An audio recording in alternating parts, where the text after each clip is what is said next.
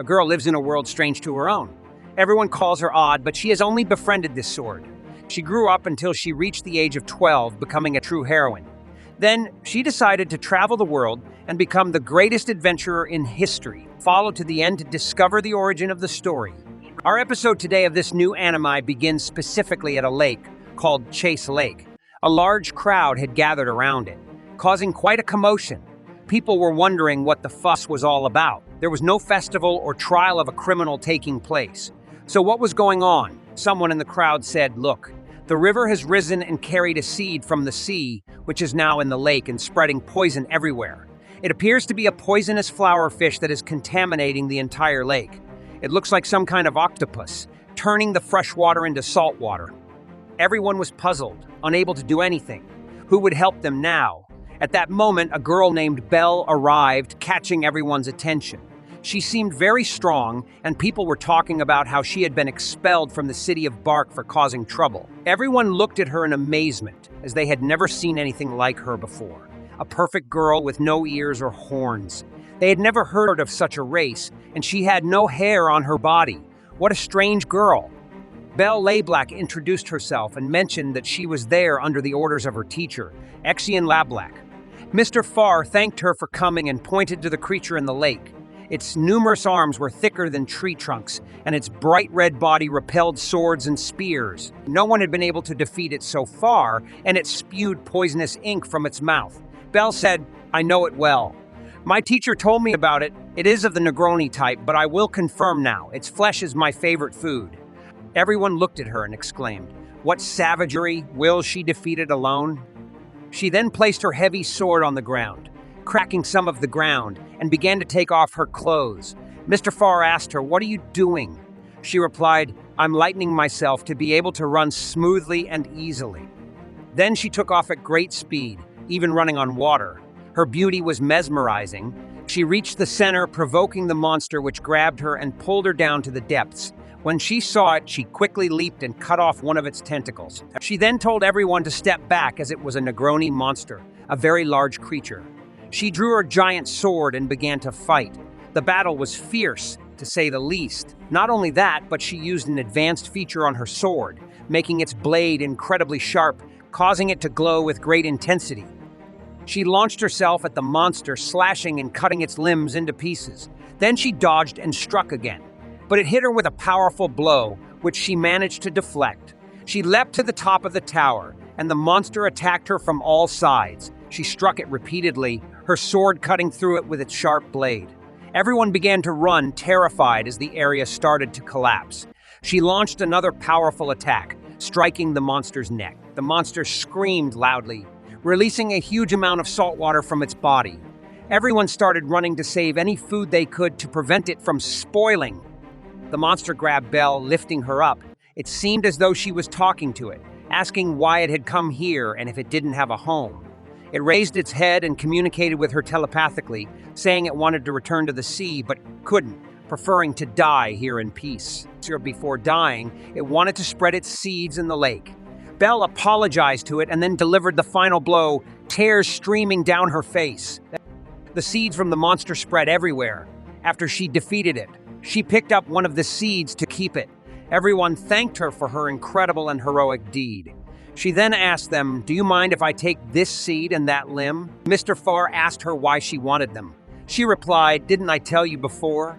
I love monster flesh. It's my favorite." As the sun set, Belle left the place, taking out that seed from her pocket.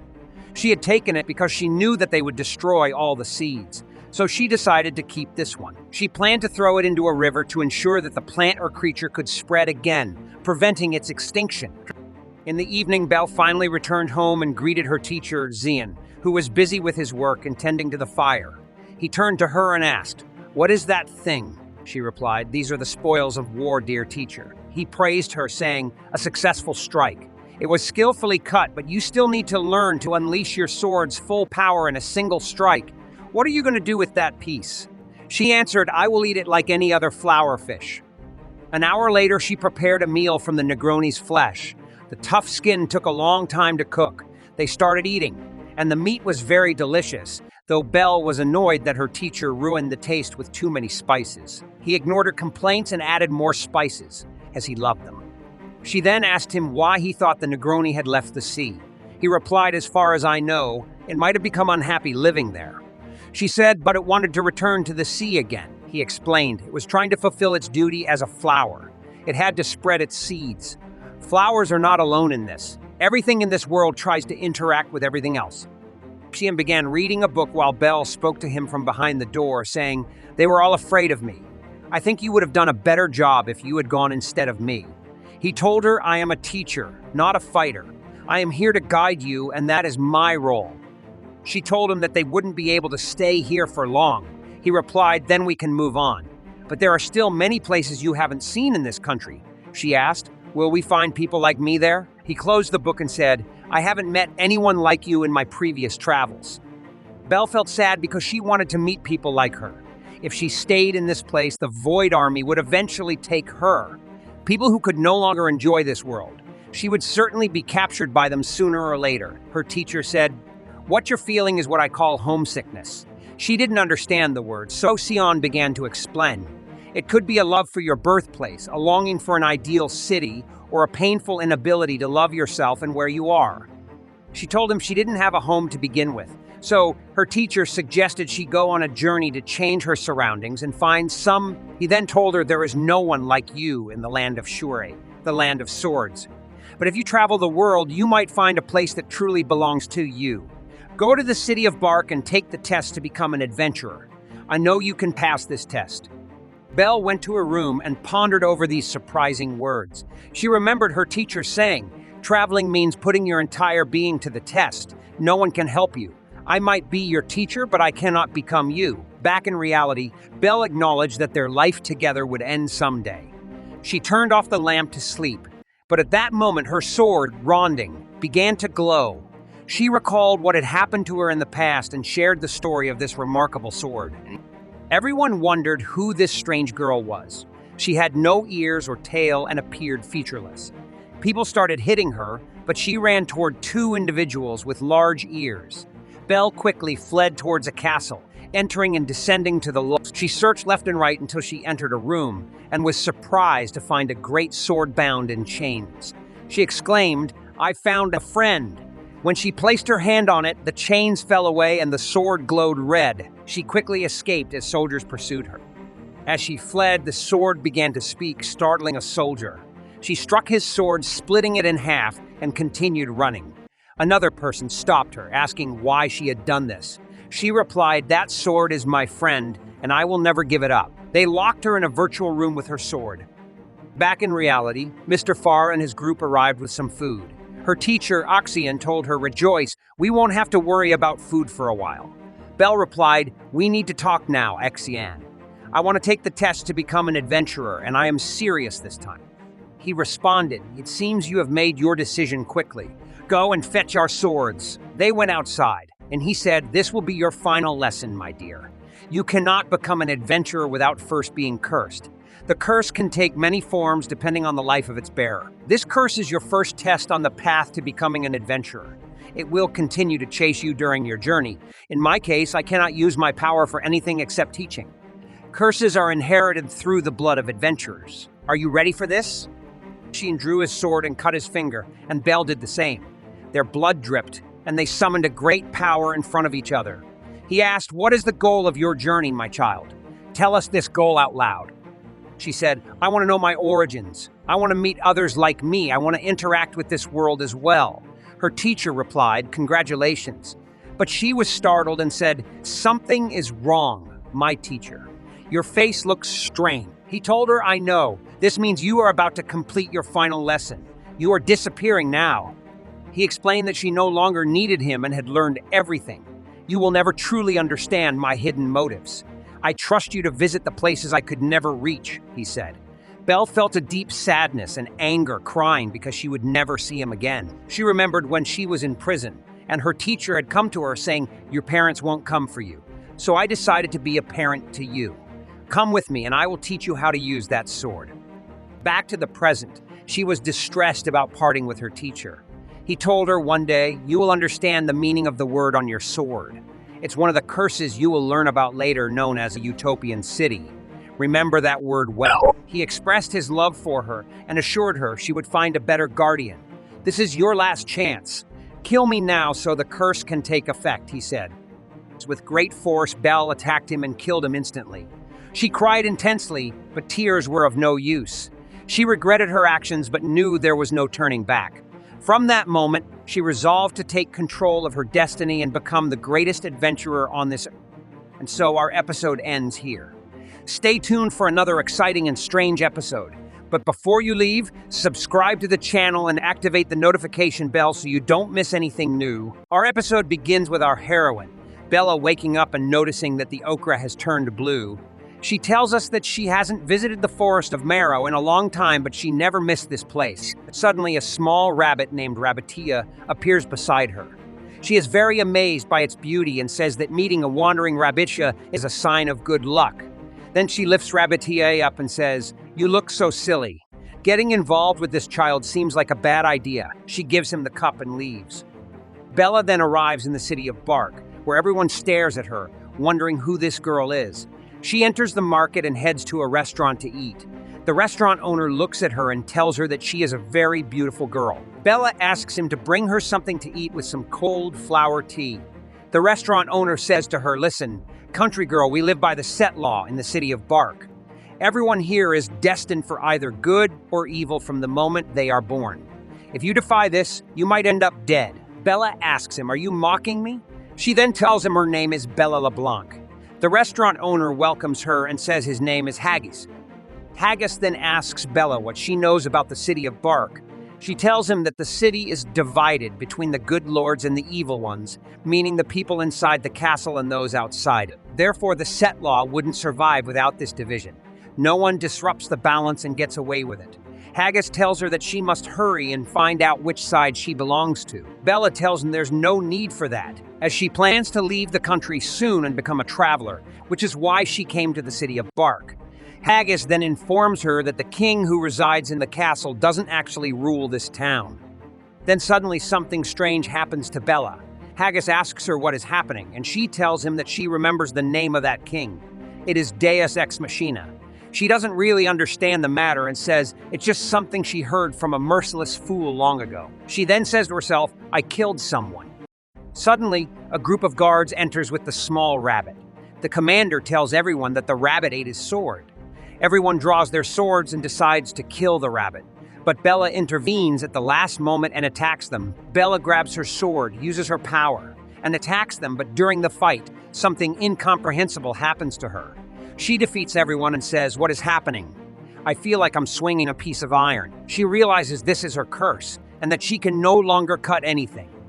Then we see the small rabbit eating one of the evil one's swords. The commander attacks it with his sword. When Bella is attacking him, Haggis stops her and says, "You've made your point, and we can see your skills and how brutal you are. You've done something that cannot be undone." In those moments, duelists from outside arrive, known as the Duelists of Good. Haggis asks Bella if she has an identity card, but Bella tells him that she doesn't have anything to prove her identity. He then tells her to leave quickly because she used a sword without an identity pendant, and they won't let her get away with that easily. She leaves money for the meal and goes outside, mounts a turtle, and leaves with the soldiers, seemingly captured by them. As she walks, she talks to her sword, saying it must miss the city, though she doesn't remember anything about the place except meeting it. The scene shifts to when they put her in a place awaiting her punishment. She talks to herself, saying, "This place is like where I met you, sword, when I was young. But I am very sad because I cannot cut anything. This is the form my curse has taken, and this is also the first test to become a traveler." She remembers waiting for a long time, hoping someone would rescue her from her predicament. She knocks on the door, hoping someone will come to save her. Then she gets up and scolds herself, saying, "What's wrong with you, Bella? No one will come to get you out of here." Staring at the door won't open it. She uses her sword to cut the door and steps out. A guard comes to her and she tells him, "The candle has gone out, as you promised before I entered this place. When the candle goes out, you will leave this place." She then asks him if he can call a duelist named Jath, as she wants to see him. He looks at her in astonishment, and the scene shifts to Haggis. Someone asks him, "Did someone break your sword?" As Haggis turned around, he found himself facing the masked man Adonis, with his strikingly beautiful eyes. Adonis approached him and asked, "If it wasn't your sword that was broken, whose was it then?" Haggis told him that some travelers were severely injured and are now in his room. Adonis asked for permission to see them to learn the full story, and Haggis granted it. At that moment, they heard screams from outside. What could be the matter? Did a fire break out in someone's house? But my friends, it was something different. It was the Void Army, and anyone caught by them would meet a dire fate. They resembled zombies or skeletons, looking very terrifying. Meanwhile, we see Bella, who went with Jave to his house, thanking him profusely for his hospitality. She couldn't believe she was now in this place, and he had also cleared her name. They sat at the table, and Jaff told her that her mentor had asked him to take care of her. He then gave her an identity pendant, but she needed to engrave her name on it. She took it and asked, "Why would an excellent duelist like you go through all this trouble to do a favor for my mentor? Was he that important to you?" Jafe replied, "Yes, I don't compare to him even slightly." Bella apologized and handed back the pendant, saying she couldn't accept it because she was going to become a traveler. Jaff told her that she couldn't become a traveler until she made a pact with the king, and that she needed to serve this land for a period of time. She said, "Okay, but I am bound by a curse on my sword. I can't cut anything with it like I used to." He reassured her, saying, "Don't worry, everything will be resolved." Jave told her that this pendant would help her solve the mystery of her curse, as well as aid her in her travels. Bella felt compelled to accept the pendant from him, and thanked Jaff for everything. She admitted, "I'm not used to relying on anyone, but since you made the offer, I'll accept all the help I can get." Suddenly, she saw the rabbit trying to eat something and was surprised to find it here. Bella realized that the rabbit had come to thank her. She told it that there was no need, as she had decided to intervene herself. Jafe noticed the rabbit and understood that it was the cause of the commotion earlier. He said, "You should be proud to have this wandering rabbit as a guest." They exited through the castle gate, and JF informed her, "I will arrange a meeting with the king for you immediately." Bella thanked him profusely for all his help. They heard beautiful music, and Jaff explained that it was the music of the farm musicians. Bella felt nostalgic, as she used to train to this music all the time. The scene then shifted to Bella preparing a warm bath. She saw the rabbit and tried to entice it to bathe with her. They both got into the warm water together, and she tried to talk to the rabbit, but it didn't respond. So she hugged it. The scene transitioned to Bella and Jay heading to meet the king. Jaff mentioned, "You are the second person to carve this name," as she had engraved the name LeBlanc on the new pendant. Bella was surprised that someone else had written this name. Jiffs explained, "It was you and your mentor." Bella felt bothered by this and thought to herself, "Why does he want me to see the king now?" She heard a voice inside her answering, "Because as a dueling musician, you must satisfy the king to complete the pact, and the doors to your journey will not open without the king's presence." The large doors opened, and they entered the grand hall called the Hall of Swords and Scales, where the king's throne resided. Jaff explained to her that the Court of Justice consisted of 3 theaters that formed the pinnacle of the land of Shuert, and this place was sacred to everyone. They arrived at an illuminated tree, and Bella was astonished to learn that the king lived inside this tree. Suddenly, the king appeared, and he was very unusual. The king was extremely tall, and inside him resided another person who was bound to him, a curse that had latched onto him. The king welcomed them and said, "This person bound inside me, you do not belong to any race," which might explain your lack of morals. Her friend Jaff signaled her to bow to the king, so she drew her sword, placed it on the ground, and bowed to him. The king asked who will participate in the ritual of the pact. Jaff responded, "The famous student of Ionola, Zion LeBlanc, has completed her final lesson and has come to the city of Bark. Her fellow student is named Bella LeBlanc." The king asked Bella, "Why will you participate in the ritual?" Bella replied loudly, "To become a traveler to find my origins. I want to know who I am, where I come from, and where I must go. I want to find people like me, otherwise I will be alone forever."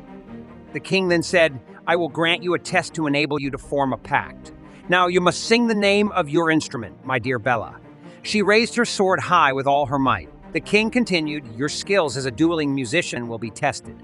A duelist from your past, named Kier Royal, one of our 4 champions whose sword you once broke, will challenge you.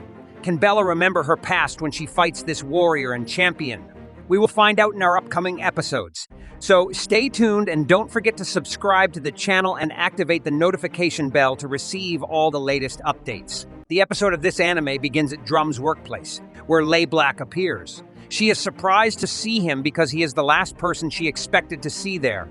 She then tells him that she heard that Belle, his little one, has finally left the nest. Black replies that she is right because Belle cut off his arm entirely, and he barely survived. His body could endure the blow, but his sword couldn't, so he takes out his broken sword and gives it to her to repair. She asks him to give her one reason to fix the sword, to which he responds that she is the one who forged this blade and no one else can repair it. Drum then asks about Shandy, and he replies that Shandy is no longer a small child and will become the next prince of the revolution. She then asks another question about how to make sacred ash, and he answers that he suspects something, but has someone in the castle trying to discover the secret. Black talks about Belle, saying that she will achieve everything they wish for because she is the heir to his teachings and the bearer of the sword he made himself. He taught her everything, and this will lead her to places they never reached. She is their dream child. Drum tells him that they will need someone who doubts logic.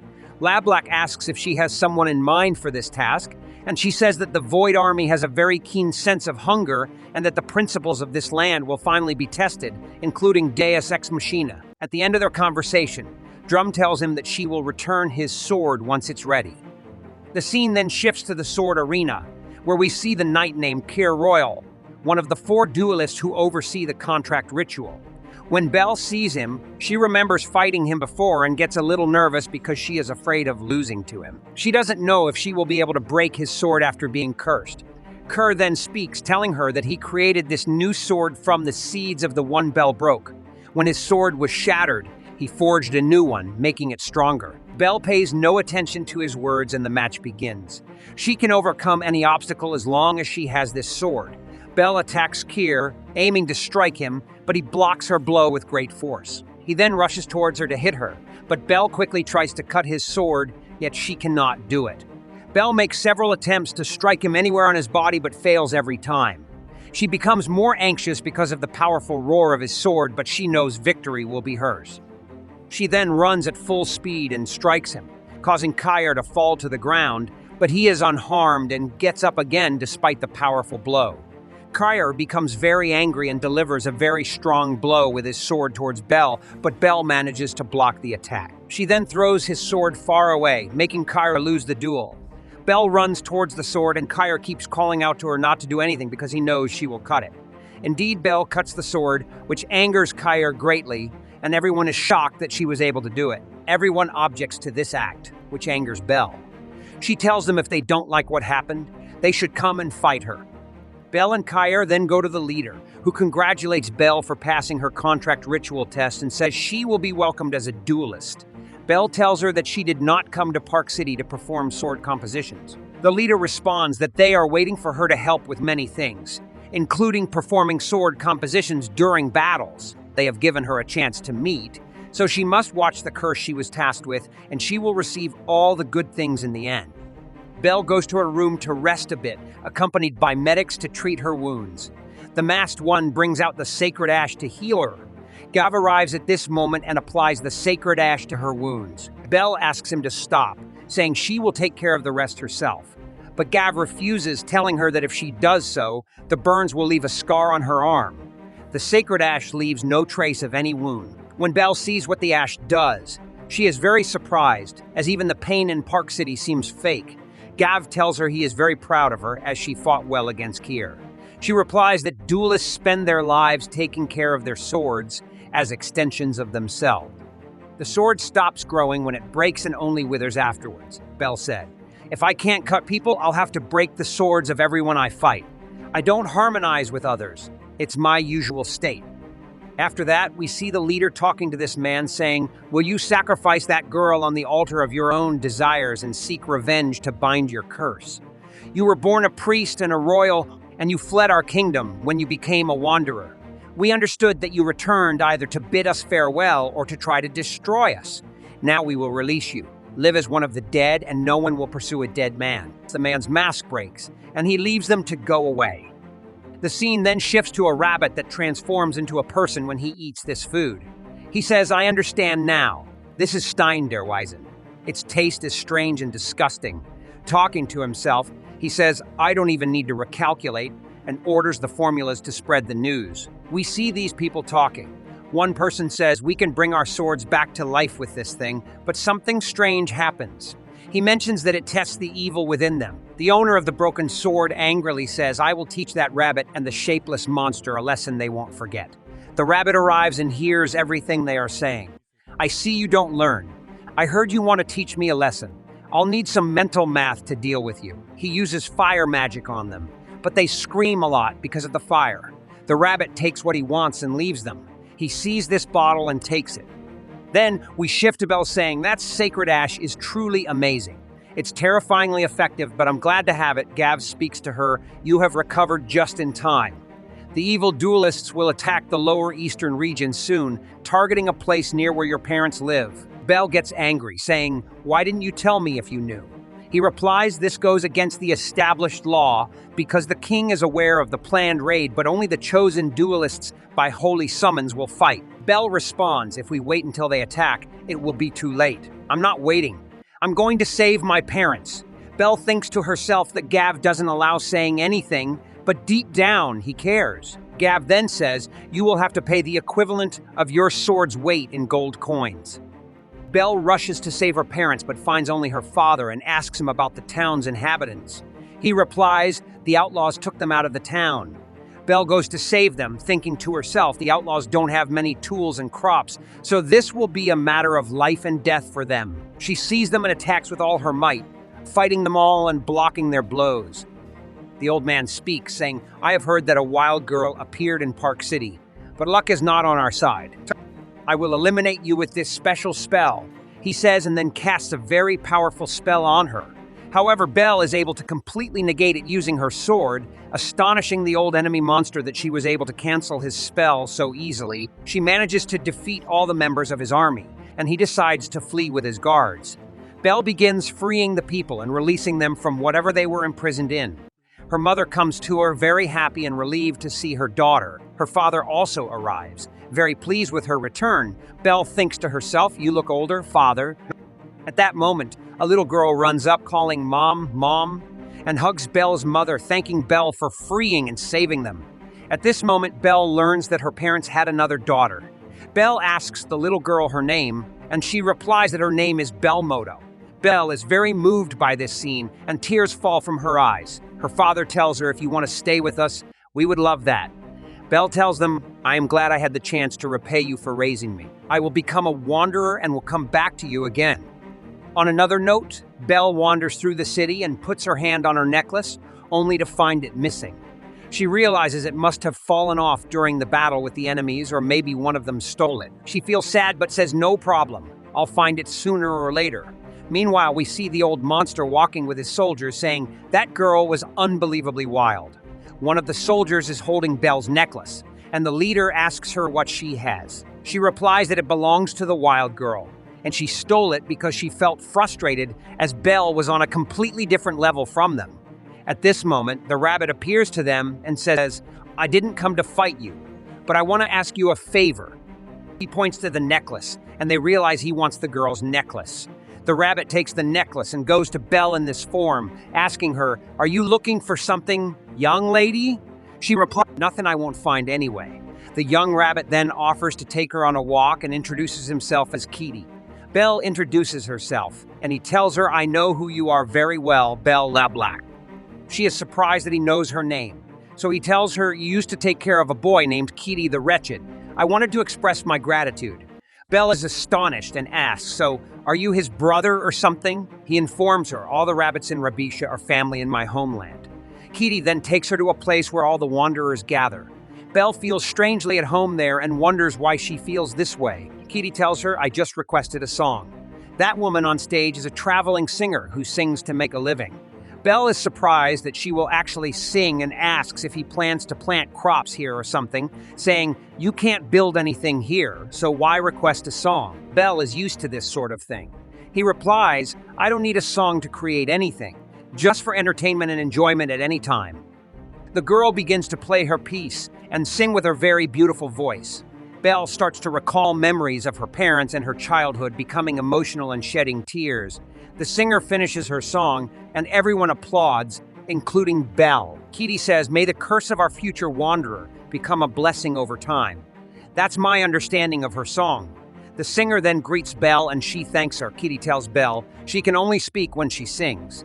I assume it's her curse as a wanderer. Belle is surprised by this and Kitty adds, "I assume you see that as wasted potential." Belle tells him I will never forget her song. She sang my little name, Belle. He asks, "Have you found what you were looking for? Perhaps your father also heard this song somewhere. A song for someone who will start their journey soon."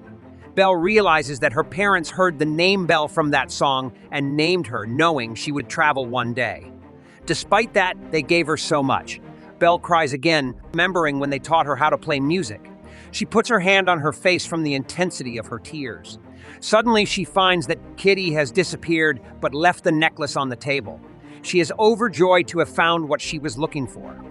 With that, today's episode of this wonderful anime ends. Stay tuned for upcoming episodes, but please subscribe to the channel and activate the notification bell to receive all new updates.